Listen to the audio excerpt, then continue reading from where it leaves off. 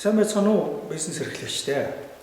Монгол Японы төвөөс зохион байгуулж байгаа бизнесийн сургалтуудын нэг томоохон хэсэг болох 5S-ийг хэрэгжүүлэх мэдээ сэдвийг та бүхэнд танилцуулахыг бэлэн боллоо. Миний нэрийг Алтан Уян гэдэг. За би энэ 5S-ийн сургалтыг 57 байгууллагын 2700 гаруй ажилтан албан хаагчдад сургалт зохион байгуулжээ.